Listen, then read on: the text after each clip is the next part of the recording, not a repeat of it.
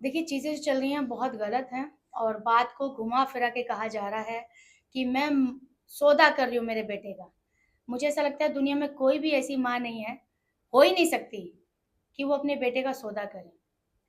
पूरी दुनिया की दौलत अलग और एक माँ के लिए उसका बच्चा अकेला काफ़ी है। चाहे माँ गरीब है तो भी और बहुत वेल्दी है तो भी। तो एक तो ये बहुत गलत इल्ज़ाम है, ये हर माँ के लिए बहुत गलत इल्ज़ाम है कि वो सौदा कर रही है। बात को घुमा दिया फिर घुमा दिया उन्होंने। बात थी यहाँ पे ये कि आप मुझे डिवोर्स दो और म्यूचुअल अंडरस्टैंडिंग में आप मुझे घर दो। जैसे एक हक बनता है एक महिला का, क्योंकि मेरे पास अभी 2 बच्चे हैं, ठीक है? तो उस बात को 2 करोड़ का लोन उन्होंने पहले ही ले रखा है। और वो उन्होंने मुझे 2.5 से 3 करोड़ का घर ले जाके दिखाया है कि हेमा अब ये काम करेंगे यार, अब ये किराए के घर में नहीं रहेंगे, अभी हम अपने घर में रहेंगे। तो 2.5 से 3 करोड़ के बीच में उन्होंने मुझे घर बिल्डिंग्स में ले जाके दिखाया है। तो तब तक जो है मामला ठीक था, लेकिन जैसे बात बिगड़ी डिवोर्स की आई तो उसके बाद जब मैंने बोला कि उसको पूछो क्या चाहिए, तो ना मैंने ये मांगा ना वो मांगा। मैंने बोला भैया घर दे दो, तो छोटे बच्चे मुझे छत चाहिए, बाकी मैं अपना रोजी रोटी का कर लूंगी। तो उसके बाद बोला उन्होंने कि ठीक है मैं मीरा रोड में देता हूँ। मैंने कहा देखो ऐसा है, मैं रहती है अंधेरी में, मेरा काम अंधेरी में, तो मुझे यहाँ दे दो। अब ये अंधेरी में किस जगह देते हो और किस फ्लैट की कहाँ कीमत है, ये तो मैंने तुमसे बोला ही नहीं।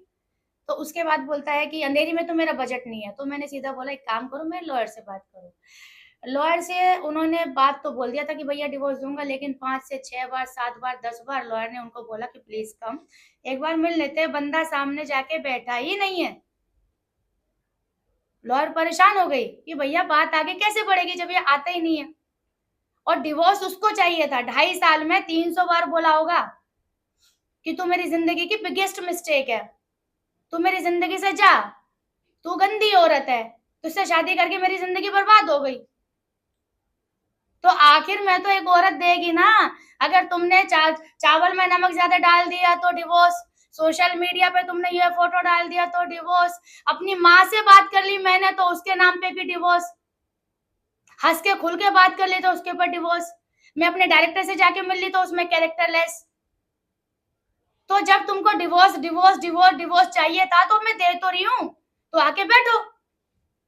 और मुझे बोलता है कि ठीक है म्यूचुअल में जाएंगे, लेकिन इसको बोलो यूट्यूब पे वीडियो ना बनाए, क्योंकि इसने अपने पुराने पति के बारे में वीडियो बनाया हुआ है। अरे भैया वीडियो किसने बनाई? अब वीडियो किसने बनाई? उसने बनाई ना। अच्छा उसके बाद भी फिर भी गायब। हाँ बुला रहा, आ ही नहीं रहा बंदा। कभी उसकी धड़कनें चल रही हैं, कभी ये चल रहा, कभी वो चल रहा, बस लॉयर के सामने नहीं आ पा रहा, बाकी सारे काम वो कर रहा था बढ़िया से। तो उसने तो हमारा बना दिया और बना के गायब। उसके अलावा अपने बच्चे से भी मिलने दिया, जो बर्थडे पार्टी थी, जो जुलाई में शायद गई है। 19 जुलाई। हाँ, उन्होंने कहा उसके बाद आपने मिलने तक नहीं दिया उनसे।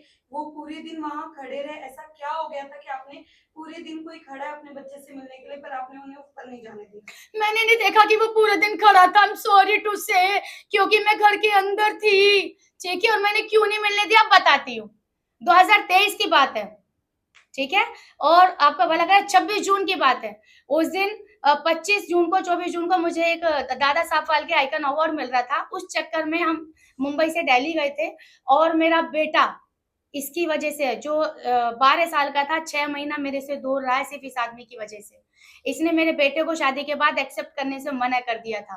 फिर मेरे बेटे के साथ इतना गंदा सलूक करता था जिसकी वजह से मेरे बेटे को, बड़े बेटे को बहन के घर पे रखना पड़ा। तो मैंने अपने बेटे को वहां से बुलाया कि चलो बेटा मैं आ रही हूँ, मुंबई से दिल्ली आ रही हूँ, तू भी आ जा, मिलते हैं। इस बीच में मैं और ये गौरव सक्सेना अवार्ड रिसीव करने के लिए गए। तो मेरे बड़े बेटे को मेरे छोटे बेटे की जिम्मेदारी संभालनी पड़ी और लालच में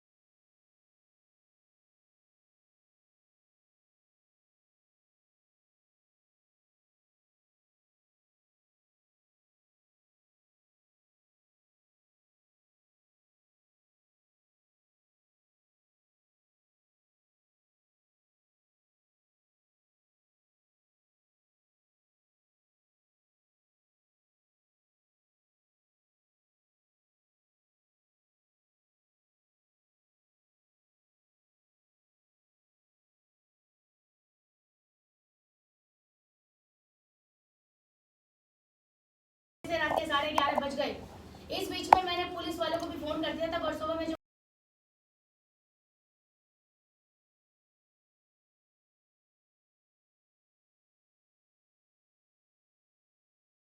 मैं इसलिए जानती हूँ क्योंकि मेरी जो कंट्रोवर्सी हुई नहीं, मेरे को घर में एक मेड चाहिए थी जिसने उसको रखा था। तो ये गौरव का और बाउंसर का बहुत पुराना रिश्ता है क्योंकि ये क्लब में जाने वाला में से है, ठीक है। तो वो बाउंसर के थ्रू बच्चा दिया और वो वहां से निकल लिया। फिर मैंने वेट किया और बाउंसर को ऊपर के आने का। मैंने कहा तुझे पता है ये क्या सीन है? बोला नहीं। मैंने कहा ये क्राइम चल रहा है, तुझे पता है तेरे सर जो है बच्चा लेके गए थे छीन के? बोला नहीं मैडम। मैंने कहा अगर मैं अंदर बिल्डिंग में मेरा मर्डर हुआ होता अंदर कौन फंसता? तू फंसता ना। तो बोला मैडम ये तो मुझे पता नहीं। मैंने कहा अगर पुलिस में मैं गई तुझे बुलाना पड़ेगा तो आएगा ना? बोला हाँ मैडम मैं आऊंगा। तो उसके बाद इसने उसने बाउंसर ने बोला, बाउंसर का नाम जीतू है, कि मैडम तो घर पर ही नहीं है। तो भाई साहब मुझे मैसेज करते, वाओ यू आर नॉट घर, रात के 11:30 बज रहे में तुझे क्या पता है एक माँ का जब बच्चा गया हो तो घर पे बैठेगी क्या वो? नीचे घूम रही हूँ मैं।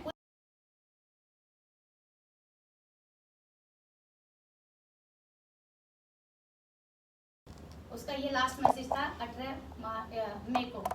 जो दूध पीते हुए बच्चे की जो बात है वो आपके ऊपर एलिगेशन लगा रहे हैं कि आपने बिग बॉस में जाने के लिए होकर आपके बच्चे को कहाँ छोड़ा नहीं छोड़ा, वो इतने फ़िक्र में थे। और फिर उन्होंने ये भी मेंशन किया कि आपने कभी उनको आपकी मम्मी से मिलाया ही नहीं। आपने कहा कभी आपका कोई कांटेक्ट है ही नहीं आपकी फैमिली से, और सडनली वो देखते हैं कि आपकी मम्मी के साथ वो 2 साल का बच्चा है। तो ये कितनी सच्चाई है? ये इतनी सच्चाई है कि जैसे मेरा फाइनल हुआ बिग बॉस का, मैंने मम्मी को फ़ोन किया और मैंने पहले बोल दिया था कि मम्मी शायद मेरा बिग बॉस में हो सकता है तो please you have to come, क्योंकि जब से मेरी दूसरी शादी हुई है मम्मी पहली बार मुंबई आई है। बट चूंकि बिग बॉस का मामला था तो इसलिए मम्मी ने ये लिया स्टेप कि चलो मैं आ जाती हूँ। हालांकि गौरव का मेरी मम्मी का बिल्कुल भी अंडरस्टैंडिंग नहीं है, जैसे आपने बोला मिले नहीं है, सिर्फ फ़ोन पे बात हुई है, ठीक है। तो मेरी इस दुनिया में, पूरी दुनिया में हर किसी के पास एक माँ, एक ऐसा बंदा होता है, इंसान होता है जिसके ऊपर पूरा आँख बंद करके भरोसा करता है। तो मेरे बच्चों के लिए मेरी माँ से बेटर कौन हो सकता है? और दूसरी बात, 6 महीने में उस आदमी से मेरी कोई बातचीत नहीं है, तो मैं क्या बोलूँ उसको कि अच्छा मैं बिग बॉस में जा रही हूँ, please you take care of my son? ये बोलूँ मैं ये दिखाऊँ उसको कि अच्छा अब मैं जा रही हूँ स्टार बनने के लिए तो तू बच्चे को संभाल? क्यों बोलूँ मैं? ये मेरी जिम्मेदारी। जब बच्चे मेरे साथ रह रहे थे तो मेरे को जो राइट पर्सन लगा उसको मैंने बुला, उसके साथ साथ जो मेड जो 12 घंटे रहती है और उसके साथ साथ जो यहाँ पे मेरा दोस्त करा है, घर में कुछ भी चीज चाहिए वो 3 बंदे मैंने रखे हुए अपने घर पे। उसको आपको क्या लगता है बारात बिठा दूं क्या? अगर वो बातचीत होती हम दोनों की तो तब भी तो वो बोलता है हेमा यार या तो मेरे घर से आएगा या तो वो तेरे घर से आएगा क्या? उसके बाद क्या वो खुद टट्टी साफ करता है क्या? उसने तो आज तक टट्टी साफ ही नहीं की मेरे बच्चे की। उसने तो डायपर नहीं बदला, 2.5 साल का बच्चा हो गया, 2 महीने का 3 महीने का बना फिरता है बाप। देखा उसने कभी इस तरह की किस रंग की कैसा इसका दांत आया या नहीं आया? आज तक सोचा कि इसको इंजेक्शन लगा कि नहीं लगा? मैंने लगवाया इंजेक्शन। तो पैदा करना बड़ी बात नहीं है, जो पाल रहा है वो बड़ी बात है। और वो मैं पाल रही हूँ, चाहे पहले वाला बेटा हो चाहे दूसरे वाला बेटा हो। Also, गया कि डिवोर्स आपके तरफ से हो रहा है क्योंकि कोई तो आश्रम था जो उन्हें अपने होम टाउन में कहीं पे खोलना था और आपने यहाँ से ये आप 31 मार्च की बात बता रही है। उस आदमी से मैंने जब शादी की, उसने शादी के कुछ महीने बाद ही मुझे बोल दिया था कि मैं उसकी जिंदगी की सबसे बड़ी मिस्टेक हूँ। और एक बार बोले तो ठीक है, मुझे मारे तो भी ठीक है, थूके तो भी ठीक है, और भी बहुत सारी चीजें हैं जो दिखाऊंगी।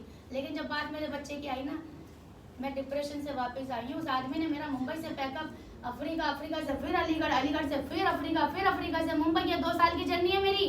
कैसे झेला होगा मैंने, गाली कितनी खाई होंगी मैंने। 2 साल में मैंने इस आदमी ने घुमा दिया मुझे। और अब यहाँ पे भी तब आई हूँ मुंबई, जब मुझे लगा कि भैया अब मैं मुंबई ही जाऊंगी और वही जाके कुछ ना कुछ काम कर लूंगी। और इसने बोला था तू मुंबई चले जा, तेरे को महीने का 10,000 रुपये बेचता रहूंगा मैं। इतनी औकात है तेरी, छोटा घर ले लेना कहीं, 10,000 रुपये बेचता रहूंगा मैं, ये मेरी औकात है। उसने औकात 10,000 की बताई है मेरी। ये पिछले साल की बात है, फरवरी की 10 मार्च को मैं यहाँ पर आई थी और आते ही 2-3 दिन बाद मैं हॉस्पिटल में एडमिट हो गई थी और 18 मार्च को भी मैं हॉस्पिटल में थी। और पूछे क्या पूछना है। आपने जैसे कहा कि आपके बड़े बेटे से आपको मिलने नहीं दिया जाता था, और आपके बड़े बेटे के साथ वो बहुत ज़्यादा जुल्म भी करते थे, लेकिन उन्होंने कहा जब तक कि आपकी उनकी शादी नहीं हुई थी, उनको कुछ पीछे प्रॉब्लम हुआ था बैक में, आई थिंक आपके वो अभी बच्चे भी को। हाँ, वो अभी भी है। तो उन्होंने अलग अदर्स एक्टिविटीज़ में पार्टिसिपेंट करवाया उनको, और फिर युगांडा भी लेकर गए, और फिर उसका जो भी स्टडी था वहाँ पर जाके उन्होंने एडमिशन वगैरह करवाने की कोशिश की थी। कितनी सच्चाई है ये बात पे? अगर एक्टिविटी कराती तो भैया तुमने उसको बच्चों को अडॉप्ट किया है, हम्म। कोई बहुत बड़ी बात नहीं है, ठीक है। तुमने उसको एडमिशन की बात करा दी, वो तो कराना ही पड़ता है। जब तुमने उसको एक्सेप्ट किया है मेरे साथ, तो मेरे बच्चों को तो कराना पड़ेगा, उसमें भी कौन सी बड़ी बात है। बड़ी बात ये है कि तुम उस बच्चे को मार रहे हो, तुम तो ये जिम्मेदारी उठा रहे हो, तुम्हें तो पता था ना ये बच्चा मेरा है और तुमको जिम्मेदारी उठानी पड़ेगी, तो उसमें कौन सी बड़ी बात है। अब तुम आदमी हो गया, अगर मेरे को 25,000 की साड़ी पहना रहे हो और तुम्हारी लाखों की सैलरी, तो उसमें कौन सी बड़ी बात है। क्या दुनिया में तुम पहले ऐसे आदमी हो जो अपनी बीवी को साड़ी पहना रहे हो 25,000 की, या लाखों का डायमंड का सेट पहना रहे हो। अरे उठ के देखो क्या क्या करते हैं अपनी बीवी के लिए, लेकिन उसको लगता है ये बहुत बड़ी बात है। पीछे उसके जो इशू था वो आज भी है, लेकिन उसको वो याद है। अब क्या हो रहा है पीछे आगे, क्या उसको कुछ याद नहीं है। तुमने एहसान कर दिया क्या?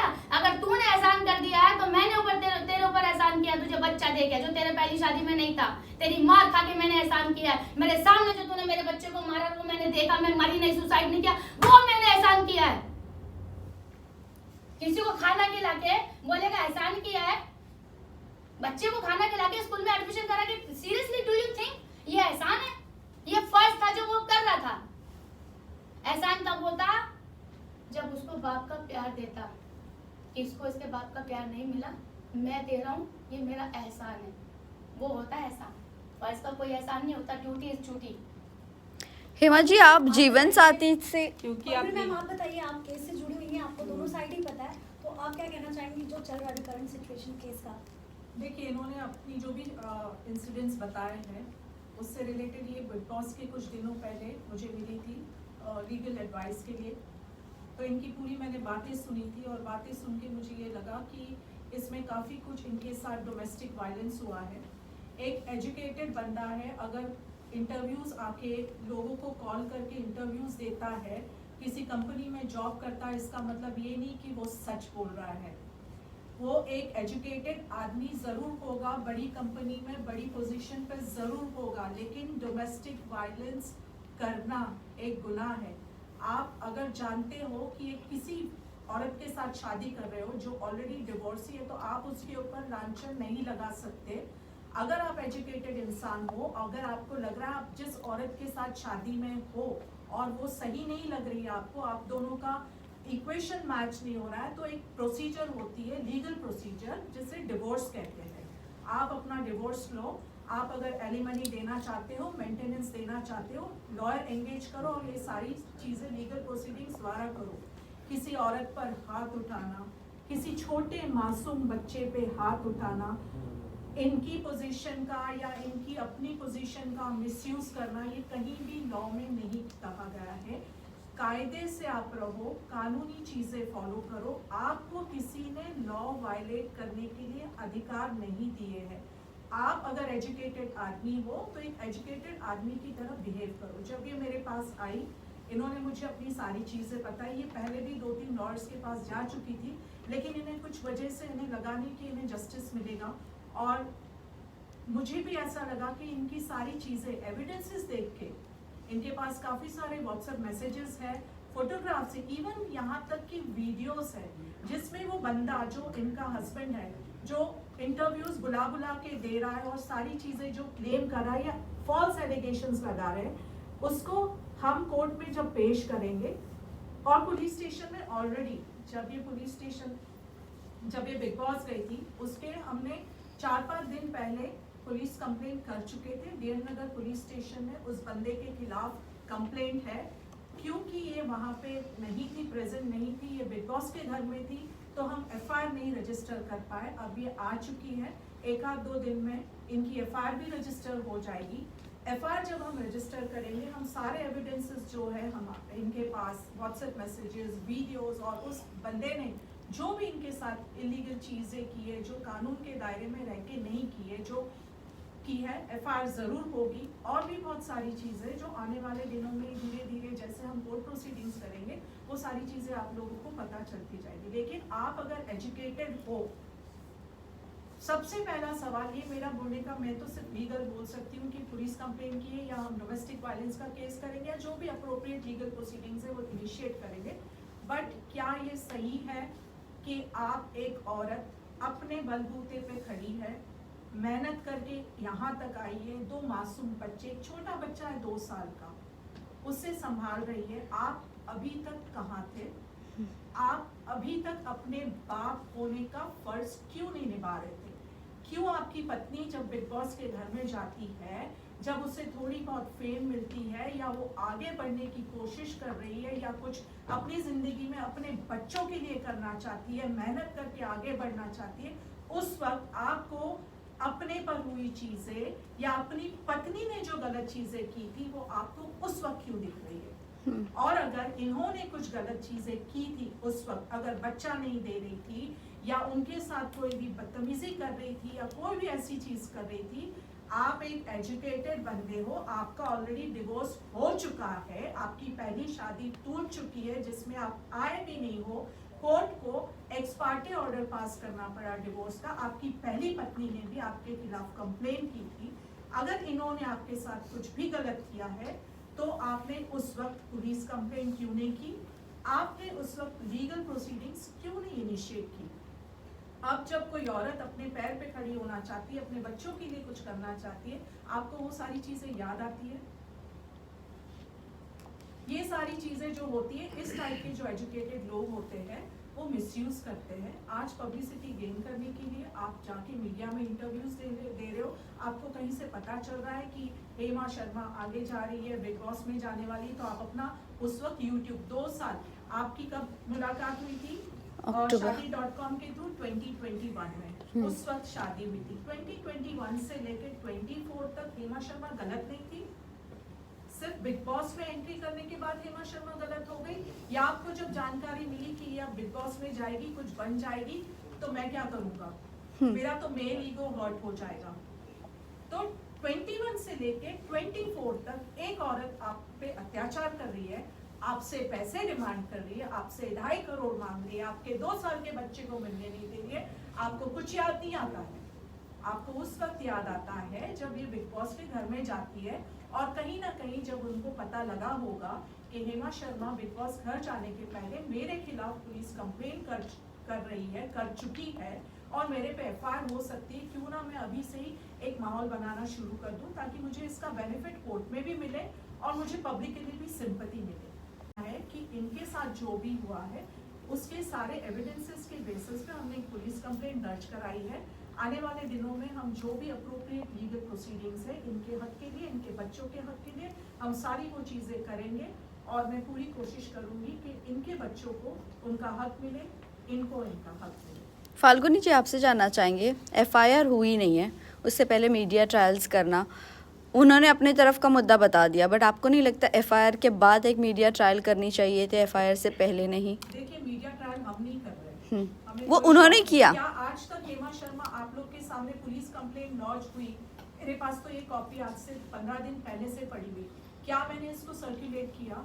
क्या हम आकर बोल रहे हैं, ये बिग बॉस में आने के बाद क्या ये बोल रही है कि मेरा पति ऐसा, या जाने के पहले पब्लिसिटी गेन कर ले कि ये तो कब से चल रहा है, आज आपको कंप्लेंट दिख रही है?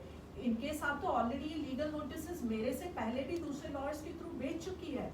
लेकिन व्हाट वाज द रीजन जिसकी वजह से एफआईआर अब तक का हुई नहीं, इतना डोमेस्टिक वायलेंस होने के बाद भी, और कंप्लेन ऑलरेडी है? हम उसके साथ इनकी जो प्रीवियस लॉयर थी उन्होंने काफी उनको कांटेक्ट किया, उसको लीगल नोटिस जा चुकी, प्रीवियस लॉयर को वो टाइम पे टाइम दे रहा था, डेट पे डेट। उसका ये मकसद था कि जिस कैसे भी करके मुझे डिवोर्स लेना है हेमा शर्मा से। ये सारी चीजें आज से नहीं चल रही है, पिछले 8 महीनों से 9 महीने से, शायद उससे भी ज्यादा से चल रही है। वो बंदा अप्रैल से चल रही है। वो बंदा, पिछली लॉयर उसको बुला के थक गई कि अगर आप डिवोर्स चाहते हो, म्यूचुअल कंसेंट से डिवोर्स करना चाहते हो, मैं चाहती हूँ कि मैं आप दोनों को एक साथ बिठाऊं, आप दोनों अपनी बात रखें, क्योंकि हमें जब डिवोर्स पिटीशन म्यूचुअल कंसेंट हो या डिवोर्स पिटीशन जब फाइल करना होता है, अगर म्यूचुअल कंसेंट है तो दोनों पार्टीज को साथ में बिठाना पड़ता है ताकि हमें पता चले कि अगर कोई कंसेंट टर्म्स फाइल करनी है, कोई सेटलमेंट है, या वो पैसे दे रहा है, एलिमनी दे रहा है, बच्चों की कस्टडी, तो पहले बट वाले ये तो दौर- डिवोर्स की बात हुई, बट अगर मैं डोमेस्टिक वायलेंस की बात करूँ, वहाँ पर तो कंप्लेन एफआईआर फाइल होती ही है डोमेस्टिक वायलेंस पर। तभी एफआईआर क्यों नहीं हुई डोमेस्टिक वायलेंस पर? पुलिस अब तक का कंप्लेंट डिवोर्स के लिए सिर्फ वेट क्यों इसका किया जा जवाब रहा भी था? मैं आपको दे रही हूँ, आप ठीक से सुन लीजिए। जब सेटलमेंट की बात हो रही है कि म्यूचुअल डिवोर्स होने वाला है, तो मैं या कोई भी लॉयर ये नहीं चाहेगा कि लिटिगेशन बढ़े, कि पुलिस कंप्लेन करो। जब ऑलरेडी बंदा सामने से सेटलमेंट की बात कर रहा है, तो पुलिस कंप्लेन करने की कोई मतलब ही नहीं बनता है ना। कि अब अगर हम म्यूचुअली एक दूसरे को डिवोर्स देना चाहते हैं, तो हम पेपर्स बनाएंगे और डिवोर्स का जो म्यूचुअल कंसेंट का जो एप्लीकेशन है वो फैमिली कोर्ट में होगा, ना कि पुलिस स्टेशन जाके डिवोर्स होने वाला है, ना म्यूचुअल कंसेंट से होने वाला है। म्यूचुअल कंसेंट की वो बंदा खुद बात कर रहा था। अगर मुझे सामने से कोई बोलेगा कि नहीं, मुझे कोर्ट कचहरी नहीं करना है, मैं अपना शांति से अलग हटना चाहता हूँ, तो इसका कोई भी लॉयर यही एडवाइस देगा कि आप दोनों साथ में बैठे। और जब हम म्यूचुअली अग्री कर रहे हैं कि हमें एक दूसरे के साथ नहीं रहना है, तो पुलिस कंप्लेंट करना या डोमेस्टिक वायलेंस में कंप्लेंट करना कोई मतलब नहीं बनता है। सेटलमेंट की बात रही तो ये इनका कहना है, गौरव का कहना है कि आपने वो डिमांड की थी। वहीं उनका ये भी कहना है कि उनका इतना था कि वो मीरा रोड तक के आपको घर दिलाए, लेकिन वो आप एक्सेप्ट नहीं कर रही थी। सेटलमेंट की बात वो सिर्फ वन साइडेड कह रहे हैं। हमारे पास व्हाट्सएप मैसेजेस है, हमारे पास वीडियोस है, मैसेजेस है, तो उनके कहने से हमें यहाँ नहीं बैठना वो क्या कह रहे हैं, ये हम क्या कह रहे हैं। आज जो ये हो रही है, जो भी वो सामने से एलिगेशंस लगा रहे हैं, इसके लिए मुझे भी आना पड़ा। अदरवाइज मेरा इनसे यही एडवाइस था कि आप कोर्ट में फाइल करो, पुलिस कंप्लेन करो, जो भी करो, बट सामने से बंदा जब आ रहा है तो इनका जवाब देना बनता है। वो सेटलमेंट की बात बोल रहा है कि मैंने सेटलमेंट की बात की, इन्होंने की, ये बोल रहे इन्होंने की, उसने की, उसमें हमें नहीं जाना है। आने वाले दिनों में जब लीगल प्रोसीडिंग्स इनिशिएट होगी, हमें एविडेंस तो लगाना पड़ेगा, हमें व्हाट्सएप मैसेजेस, हमें चैट्स, वो सारी उसको। लेकिन उनके लगाए हुए एलिगेशंस पर हमें तो पूछना पड़ेगा ना। कुछ भी बोलेंगे। अभी जब मीडिया को बुलाया गया है तो हमें तो क्रॉस क्वेश्चन। उसका जवाब मैं यही कह रही हूँ कि अगर सेटलमेंट, चलो ये भी कह रही है या वो भी कह रहे हैं, कोई भी कह रहा है, बात तो यही थी ना कि दोनों लोगों को साथ में नहीं रहना था। तो अगर ये सेटलमेंट की बात कर रही है और अगर वो चाह रहे हैं कि चलो ये भी कह रही है, मैं एक एग्जांपल दे रही हूँ, अगर इन्होंने भी कहा कि मुझे सेटलमेंट करना है, मुझे आपको छोड़ना है, तो इसका रास्ता क्या होता है? क्या मीडिया में बाइट्स देना होता है, इंटरव्यूज देना होता है, या कोर्ट एडवोकेट की ऑफिस में जाना होता है? आप एडवोकेट की ऑफिस में पिछले 5-6 महीने से जा नहीं रहे हो। आप मैसेजेस पे बोल रहे हो कि मेरे हार्ट में प्रॉब्लम है, मुझे बीपी का प्रॉब्लम है, ये सारे प्रॉब्लम्स है। आप उस वक्त क्यों नहीं जा रहे हो? अगर चलो इन्होंने भी कहा तो आप क्यों नहीं एडवोकेट के पास जा रहे हो? आपको जाना चाहिए था ना। चाहे ये कह रही है वो करी, एंड ऑफ द स्टोरी यही है कि दोनों को डिवोर्स चाहिए था, चाहे इनको चाहिए या उनको चाहिए। सेटलमेंट की बात हो रही थी, आपने लॉयर के पास जाके बात कर लेनी चाहिए थी। आपको ना कि बिग बॉस में जाने के बाद सबको, मीडिया वालों को कॉल करे, मुझे इंटरव्यू देना, मुझे इंटरव्यू देना। आपको कैसे पता चलेगा कि हेमा शर्मा के घर में क्या चल रहा है? आपको जब या तो हेमा शर्मा बोलेगी या उनके हस्बैंड कॉल करके बोलेंगे, तभी तो आपको पता चलेगा। आप ये बिग बॉस में तब लोगों को कॉल करके इंटरव्यूज दे रहे हो। इससे अच्छा आप कोर्ट में जाओ ना।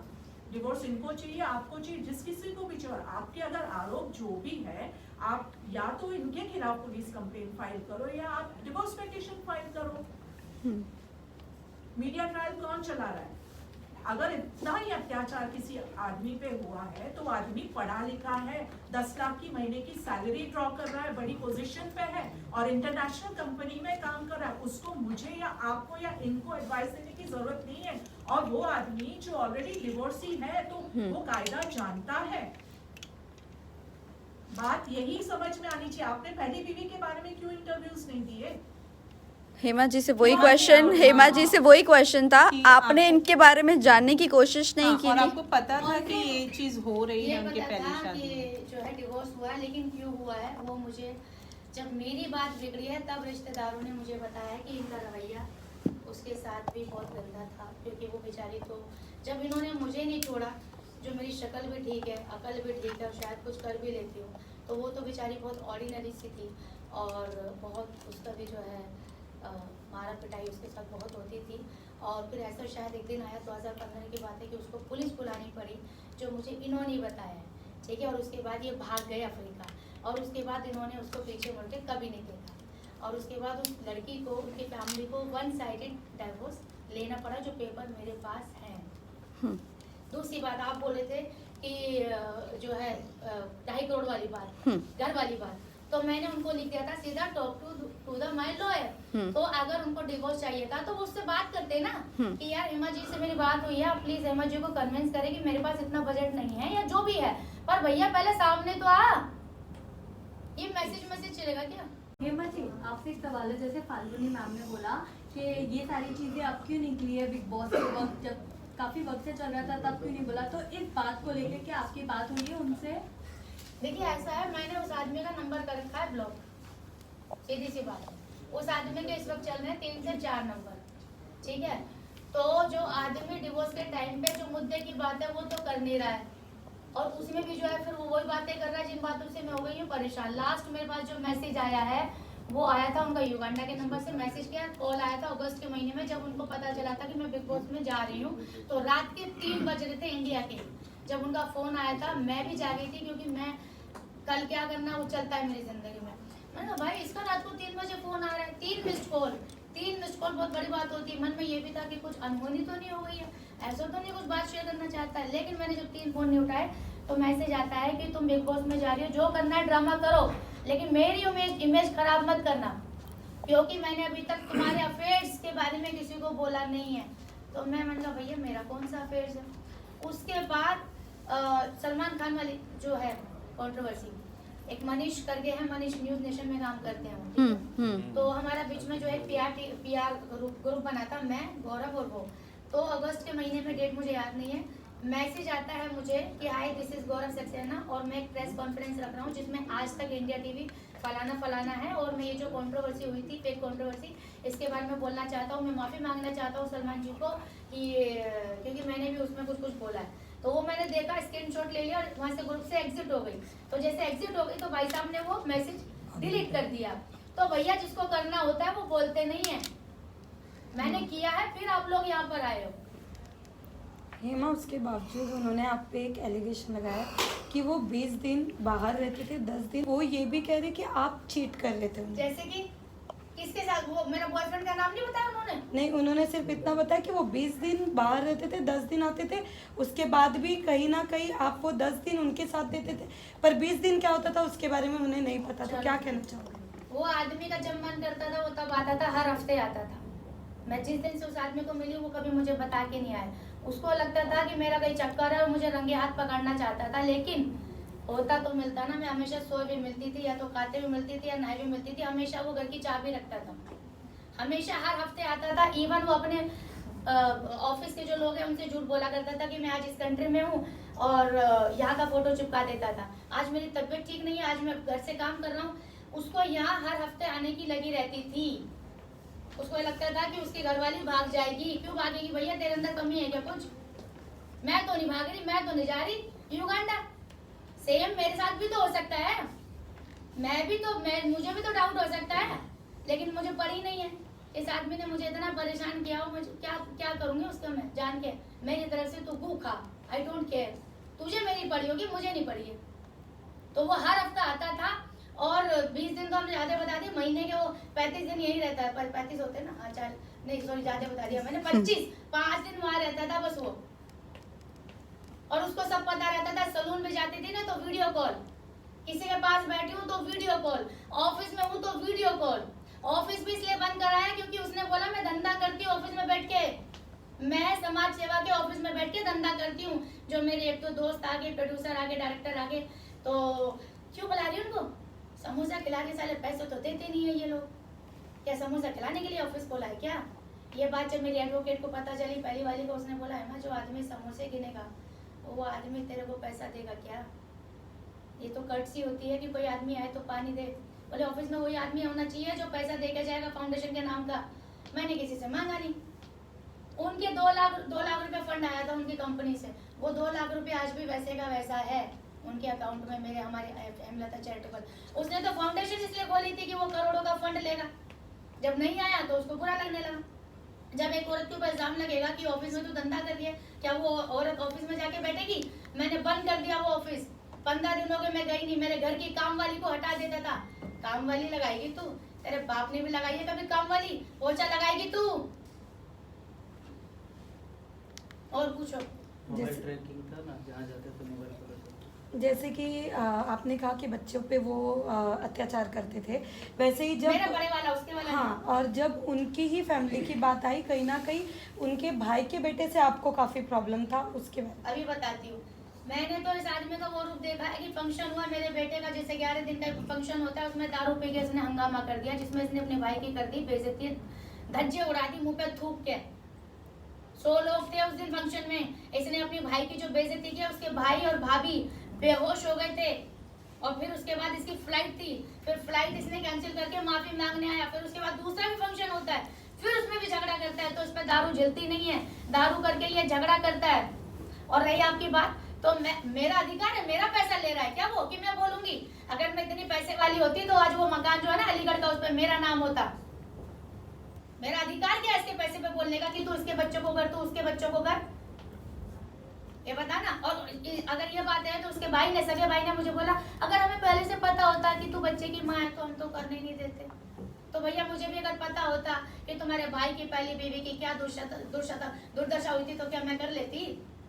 तुम्हारा भैया इतना मीठा बना, हिमा मैं यश को बहुत प्यार दूंगा, जो मेरा बड़ा बेटा, मैं यश को बहुत प्यार दूंगा, हम दूसरा बच्चा भी नहीं करेंगे, यश इज इनफ, इसी को मैं बहुत बड़ा करूंगा, पालूंगा, पोसूंगा। लेकिन जैसे मेरा दूसरा बच्चा, जिस दिन मैं जा रही थी ना डिलीवरी करने, मेरे बच्चे को बोल दिया था ये मनहूस का बच्चा नहीं आना चाहिए, इसका साया नहीं पड़ना चाहिए। मैंने बोला मेरा बच्चा है, ये आएगा। मुझे बोलता, इसको बोलता था दूर हट, मेरे बच्चे से दूर हट, तेरी मनहूस शकल इस पे पड़नी नहीं चाहिए, कुत्ते के औलाद, भिखारी की औलाद। क्या सुनोगे तुम सबकी रूह कांप जाएगी अगर दिखा दूंगी तो कुछ। मेरे सामने मेरे बच्चे को जलील किया जा रहा था, मजबूर थी मैं। ये बोली ना कि क्यों नहीं फाइल की थी, मुझे लग रहा था समाज क्या बोलेगा, लोग क्या बोलेंगे कि दूसरी शादी नहीं चला पाई। ये 31 मार्च के बाद मैंने बोला भाड़ में जाए समाज। तब जाके मैं गई कि ये तो बोलता है मैं इसको डिवोर्स दूंगी, और उसको हजम नहीं हुआ वो कि यार मैं तो बोलता था, ये तो जाके बैठ गई। तब उसे लगा ये क्या हो गया, तब उसने कैलकुलेट किया कि कितना बचेगा और कितना जाएगा। अरे एक बार बोल के तो देखता कि हेमा मेरे पास नहीं है, हेमा तो इतनी दिलदार लेडी है, मेरे पास जो होता वो भी तेरे हाथ पे रख देती कि जा तुझे मुक्त कर दिया। बोल के तो देखता एक बार। लेकिन अभी अगर मैं बात करूं, अभी आप क्या चाहती है? सेटलमेंट चाहती है? डिवोर्स तो ठीक है, लेकिन वो अभी बहुत सारे पैसों को लेकर बोल रहे हैं कि आपने सिर्फ और सिर्फ उनसे पैसे ही, हर महीने का आपका लाख रुपए का खर्चा है। जब हाँ अप्रैल के बाद कोई पैसा नहीं भेजा है, बता देती हूँ। अप्रैल में लास्ट पैसे भेजे थे 1 लाख रुपए, वो मैंने 15 मिनट नहीं लगाए वापस भेजने में कि सोन अब मेरे पास मेरे ऊपर कोई एहसान मत करना, अपनी खुद की रोटी मैं खुद के पैसे से खाऊंगी। उस दिन के बाद में कोई पैसा नहीं लिया है, 1 रुपया भी नहीं लिया है। 35,000 रुपए का सिर्फ रेंट, वो भी इसलिए क्योंकि वो डायरेक्ट देता है। और मैंने अपनी वीडियो में बोला है कि सुन, अगर ये रेंट भी नहीं भरना हो ना तो मत भरना। हेमा शर्मा के अंदर इतना दम है कि ये 35,000 का रेंट भी खुद भर लेगी, ये मैंने बोला हुआ है। तो जो औरत पैसे की लालची होगी ना वो ये बोलेगी नहीं, वो लाइट का बिल भी भरवाएगी, खाने का बिल भी भरवाएगी, और बच्चा जो दूध पीता है वो भी भरवाएगी। बच्चा तो उसी का है ना, वो बोलता है ना। तो उनका पूरा नहीं करते वो अभी भी? है? वो बच्चे का पूरा नहीं करते जो उनका खुद का बच्चा है? पालन पोषण हाँ, कुछ पालन पोषण के मैंने लिए। क्या लिया बताओ? कुछ नहीं लिया, जीरो। सिर्फ 35,000 रुपए घर का किराया है। इससे पहले मैं 71,000 रुपए घर में रह रही थी। मुझे बोलता था यूट्यूब से 71,000 रुपए भी नहीं कमा पाती है तू। उन्होंने मेरा यूट्यूब चैनल में इसलिए सपोर्ट किया क्योंकि उनको लगा मैं 10 लाख रुपए कमाऊंगी। बोलते थे अब तू पैसा कमा, अब मैं घर में बैठूंगा तेरे लिए पराठे बनाऊंगा, मेरा बहुत हो गया, तू पैसे कमा। जब मैं 10 लाख रुपए नहीं कमा पाई, जब मैं 1 लाख रुपए भी नहीं कमा पाई, तो उन्होंने बोला घर का किराया भी नहीं निकाल पाती तू, तेरे चक्कर में 1 लाख रुपए तो किराया ही जा रहा है मेरा। फिर मैंने अब उससे परेशान होकर 35,000 के घर में रह रही हूँ कि कल को ये वो आदमी ने मेरे को उस घर से कितनी बार बोला इस जगह किराया मैं भर रहा हूँ, निकल, कि चलो कल को अगर घर के रेंट भरने की बात आएगी तो मैं 35,000 रुपये भर सकती हूँ। इसलिए मैंने छोटे घर में रहना मंजूरी किया। अगर कस्टडी की बात करूँ तो छोटे बच्चे की कस्टडी आप किसको अपने पास रखना चाहूंगी या दे लीगली दोगी? तौर पे माँ के पास आती है, ठीक है। उनका रवैया अगर मेरे बड़े बेटे के साथ होता अच्छा तो मुझे समझ में आता, उनके परिवार के साथ होता, मेरे साथ होता। वो आदमी का रवैया दारू पीता है, दारू पीने के बाद उसको याद ही नहीं है कि हेमा को उसने कितना मारा था। बोलता है सॉरी यार हेमा मुझे तो याद नहीं है, तो क्या मैं छोड़ दूं?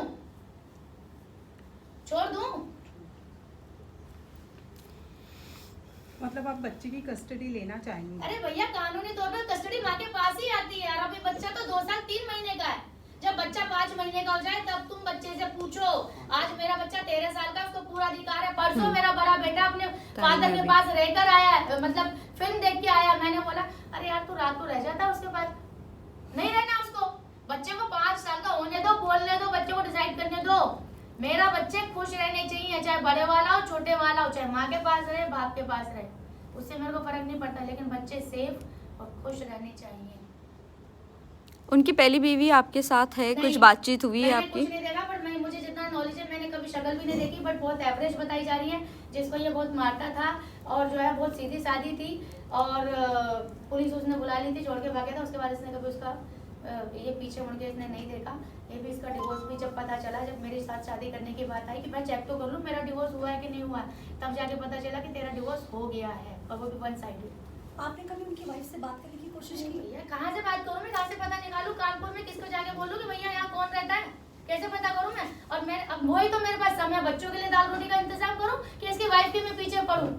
इसको बड़ा इंटरेस्ट है भैया, मेरे पास इतना टाइम नहीं है। मेरे को तेरे से प्रॉब्लम है, तेरे से बात रखूंगी मैं, खत्म है ना। क्यों मैं वो गड़े मुर्दे उखाड़, उससे मेरे को मिलना क्या है? इतना फालतू टाइम नहीं है मेरे पास। हेमा, पर बिग बॉस में जाने से पहले तो सपोर्ट उनका भी था, जो आप पहले देख रहे थे OTT 3 या फिर 2, जो भी आपने देखा तो उन्होंने काफी सपोर्ट किया था, हाँ, PR और के जब थ्रू भी, और बाकी चीजें भी की थी। कौन से फिर PR? राहुल परिहर। जब वो Exactly. सलमान खान वाली बात आई थी तब भी आपने ये राहुल वाली- पवार ना, हाँ, परिहर करके, हाँ। परिहार, थैंक यू सो मच। मैं बता देती हूँ, जब ये मेरी कंट्रोवर्सी हुई थी तो उसके बाद राहुल ने मेरे को ईमेल किया था कि हेमा जी मैं एक शो करता हूँ, उसके मुझे आपको बुलाना है। मैंने कहा ठीक है ओके। उसको पता चल गया था कि सलमान खान का इसका लगी दीवानी है जो भी है, तो उसने बोला मैं आपको सलमान जी से मिला देता हूँ, मेरा तो डेली का ही है, रोज का ही है। मैंने कहा अच्छा भाई क्या बात है? तो उसने बोला बिग बॉस में भी करा सकता हूँ मैं आपका। मैं ओवर एक्साइटेड हो गई, मैंने क्या बात है भैया। उसने क्या किया, जाल में फंसा के, अच्छा हेमा जी क्या है, मेरी बात तो हुई है, लेकिन उन्होंने बोला हेमा जी थोड़ा मार्केट बनाना पड़ेगा आपका, बाहर लोग जानने चाहिए ना। मैंने कहा ठीक है भाई, तो थोड़ा पैसा लगेगा, अभी आप एक काम कीजिए 1 लाख रुपए भेज दीजिए। तो पहले 1 लाख की बात हुई, इसमें प्लस GST। ओके, तो ऐसा करके उसने अर्शी खान जो है, अर्शी खान से एक वीडियो बनवा ली। तो उनको भी लगा चलो यार थोड़ी बहुत तो बात सही होगी, लेकिन अर्शी खान के बाद आगे कुछ बात ही नहीं चल रही। तो मेरे को भी डाउट हुआ, फिर बात आती है एक और 1 लाख रुपए की। तो गौरव को मैंने बोला ठीक है, तो गौरव ने दिया, लेकिन गौरव ने बोला था मुझे लगता नहीं है पैसा वापस आएगा, बट मुझे पता था मैं दे रही हूँ तो मैं लूंगी। तो बाद में उस आदमी ने हमें घुमाया, मुझे डाउट हो गया, मैंने ली उसके गिलास में। कहते भैया ऐसा है, जब सलमान खान वाली मेरी कंट्रोवर्सी हो गया तो तेरी तो मैं क्या हाल करूंगी, तो देख ली। तो वो डर गया उससे, और उसने पूरे 1 लाख समथिंग कुछ पैसे वापस लौटाए हैं। लेकिन वो 3.5 लाख रुपए की बात करे गौरव, क्या आपको बिग बॉस के लिए 3.5 लाख रुपए दिए हैं? बिग बॉस, अरे बिग बॉस मैंने तो उस आदमी की शक्ल भेजी बिग बॉस की टीम को, अभी जब मेरा हो रहा था, क्योंकि उसकी फोटो मैंने विशाल पांडे के साथ देखी। मैंने कहा सर ये कौन आदमी है? बोले इसको कोई नहीं जानता। मैं क्यों? मैंने कहा भाई इसने मेरे को फंसा लिया था बिग बॉस के चक्कर में। तो उन्होंने बोला हेमा इट्स वेरी क्लियर, हम कभी किसी से कोई पैसा नहीं लेते हैं, और इस आदमी को तो हम वैसे भी नहीं जानते हैं। और अभी मेरे पास फोन नहीं है, नहीं तो मैं बता देती, अगले जब करोगे आप तो मैं बता दूंगी। पैसे तो उस आदमी ने मुझे भेजे थे ना, अकाउंट में भेजे थे ना, तो उसे तो कोई मिटा नहीं सकता। दिखा देंगे आपको, और बहुत सारी चीजें दिखेंगी अभी तो। और क्या बोल रहे थे कि उसने मुझे मदद की, किस बात में मदद की भैया? कह रहे थे ना कि बिग बॉस के घर के अंदर जाने के लिए उन्होंने काफी सपोर्ट किया, ये सारी वो बात चीजें। कितनी 2023 की बात चल रही है, ये सितंबर अक्टूबर, और अभी क्या चल रहा है अक्टूबर से अक्टूबर लगाओगे तो क्या कितना हो गया टाइम? 1 साल। अप्रैल से मैं उस आदमी से बात नहीं कर रही हूँ। तो 6 महीने में इस औरत को मैंने छोड़ा, या इसने मुझे छोड़ा, और तब जाके ये ऐसे हालात में बिग बॉस में गई है। तो उसकी बदौलत गई हूँ कि मैं गई हूँ, या अपनी मेहनत से गई हूँ मैं फिर से बता रही हूँ, मैं OTT 3 के लिए गई थी। मैं तो अपने आप को समझती भी नहीं थी कि मैं कलश के लिए डिजर्व करती हूँ। मैंने चलो भाई भाईजान के साथ मेरी कंट्रोवर्सी हुई है, मैं उसमें देखती भी नहीं हूँ। अनिल कपूर जी आ रहे उसमें चिपका लेते, अपना लक देखते हैं क्या होगा। लेकिन नसीब में था, मेरा हो गया। इसको डाइजेस्ट नहीं हुआ कि साला मैंने इसको क्या छोड़ा, तो सीधा बिग बॉस में पहुंच गई। जब ये पैसा लगा रहा था तो मैं क्यों नहीं चलेगी बिग बॉस में? बताओ, 1 साल में कितने दिन होते हैं? 1 महीने में कितने दिन होते हैं? 1 साल की बात अब बोलोगे कि मैंने इसको भेजा? तो भैया सुन, पैदा भी तूने मुझे किया है, और टट्टी भी तूने मेरी धोई है। समझ में आया? तूने पहली शादी में कन्यादान भी तूने किया होगा, और पहला बेटा भी तेरे से ही होगा मेरा। सारे काम तूने किए हैं, मेरे माँ बाप ने नहीं किया कुछ भी, या मेरे जो यार दोस्त है उन्होंने कुछ नहीं किया। मैंने जो दबंग 3 की वो भी तूने करा दी होगी, उसमें भी पैसे तूने लगा दिए होंगे। यमला पगला किया वो भी तूने करा दिया होगा। या जीवन में मैंने जितना कुछ उखाड़ा है ना, वो तूने किया होगा। मैं तो सोच रही हूँ बिग बॉस में जो वो डांस वांस जो किया ना वो भी तूने किया होगा, तेरी आत्मा मेरे अंदर आई होगी। हेमा सोचा था क्या कि बिग बॉस के घर से बाहर निकलोगे तो ये सारी चीजें फेस करनी पड़ेगी? मुझे कहीं ना कहीं पता था, आई न्यू दैट, इसलिए लोग जब उसने वीडियो बनानी शुरू की तो वो मेरी उसको मैं जैसे मुझे बोलता है कि हेमा जी अपने आप को कौन बोलता है, सलमान जी ने हेमा जी बोला है, सलमान जी को जाके पूछ के हेमा है, सलमान जी अब हेमा क्यों नहीं बोल रहे, हेमा जी क्यों बोल रहे हो? बिग बॉस ने मेरे को हेमा जी बोला है, अब उससे बड़ा उदाहरण तो मैं दे नहीं सकती। तो जब मेरा कोई नाम लेता है तो जी ऑटोमेटिकली आता है। उसको इससे भी प्रॉब्लम है, तू भी बोल ले अपने आप को गौरव जी, गौरव जी, तो लायक तो होना चाहिए, इसलिए गौरव जी।